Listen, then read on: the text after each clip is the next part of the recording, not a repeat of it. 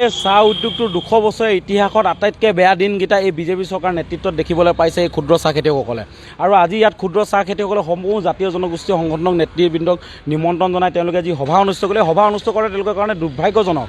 যি সময়ত চাহ উদ্যোগটো 200 বছৰ অতিক্ৰম কৰি যোৱা এটা ভাল আৰু আগবাঢ়ি যাব লাগিছিল, সেই সময়ত কিন্তু এই উদ্যোগটো আটাইতকৈ বেয়া দিন দেখিবলৈ সন্মুখীন হৈছে। তাৰ কেৱল মূলতে কাৰণ আছে এই মুখ্যমন্ত্ৰীৰ হেণ্ডচকু, মুখ্যমন্ত্ৰীৰ পত্নীৰ যি এই চাহ উদ্যোগৰ ওপৰত হেণ্ডচকু পৰিছে।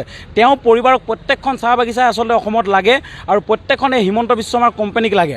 সেইবাবে এইখিনি কাম কাজ হৈছে। চাহ খেতিয়কসকলক যি এচাম বণিক গোষ্ঠীক লৈ কিনে এই ষড়যন্ত্ৰ কৰি খিলঞ্জীয়া মানুহসকলৰ পেটে মৰা যি ষড়যন্ত্ৰ কৰিছে, আচলতে এই ষড়যন্ত্ৰৰ পৰা বিৰত থাকক। আপোনালোকে দেখিছে যে প্ৰত্যেকটো দিশৰ পৰা ষড়যন্ত্ৰ কৰিছে। তেওঁলোকে পাতত এক্সট্ৰা কেমিকেল বা কিবা ধৰণৰ অজুহাত দেখায় বা পাত ভাল নহয় এনেকুৱা ধৰণৰ কৈ পাতৰ দাম কমাই আনিছে। তাৰ লগতে চাহ উদ্যোগৰ লগত জড়িত হৈ থকা চাহ শ্ৰমিকসকলৰ যি অৱস্থা, তেওঁলোক এতিয়া ৰোগত ঢুকাবলগীয়া আছে, কলেৰিয়া, ডায়েৰিয়া এনেকুৱা ধৰণৰ ৰোগত।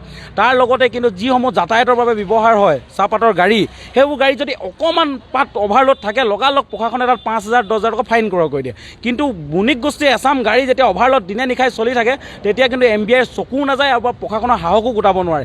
এই গোটেই বস্তুবিলাক কাম কৰা বস্তুবিলাকে এটা বস্তু উপলব্ধি কৰাইছে যে চাহ উদ্যোগটো কেনেকৈ ধৰণে শেষ কৰিব পৰা যায়, সেইটো এটা প্ৰচেষ্টা চলি আছে। আৰু আমি এটা কথা ক'ব বিচাৰোঁ, হিমন্ত বিশ্ব শৰ্মা চৰকাৰক আমি একদম স্পষ্টকৈ কৈ দিওঁ, আমাৰ চাহ বাগান, আমাৰ স্বাভিমান, এই স্বাভিমানত হাত দিব লাগিলে কিন্তু হিমন্ত বিশ্ব শৰ্মা অসমৰ ইতিহাসত তেওঁৰ ৰাজনীতি আৰু তেওঁ অসমৰ ইতিহাস দুয়োটাতে তেওঁ হেৰাই যাব।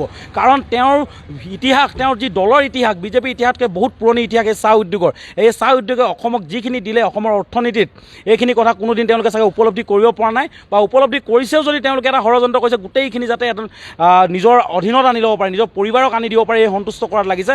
আচলতে এতিয়া আমি উপলব্ধি কৰিছোঁ যে হিমন্ত বিশ্ব শৰ্মা এখন চৰকাৰ নহয়, এটা কৰ্পৰেট ছেক্টৰ চলাই আছে, য'ত তেওঁ প্ৰত্যেকটো উদ্যোগৰ ওপৰত, প্ৰত্যেকটো লাভ থকা উদ্যোগৰ ওপৰত তেওঁৰ পত্নী আৰু তেওঁৰ হেণ্ডচকু পৰিছে। আমি কৈ দিছোঁ, আৰু এই বণিক গোষ্ঠী যিসকলে তেওঁক এই কামটোত হাত উজাৰি দিছে, আপোনালোকক সকীয়াই দিছোঁ, যদি আপোনালোকে এনেধৰণৰ কাম কৰে তেতিয়াহ'লে কিন্তু অনাগত দিনত আপোনালোকে এখন ভয়াৱহ আন্দোলনৰ সন্মুখীন হ'ব লাগিব।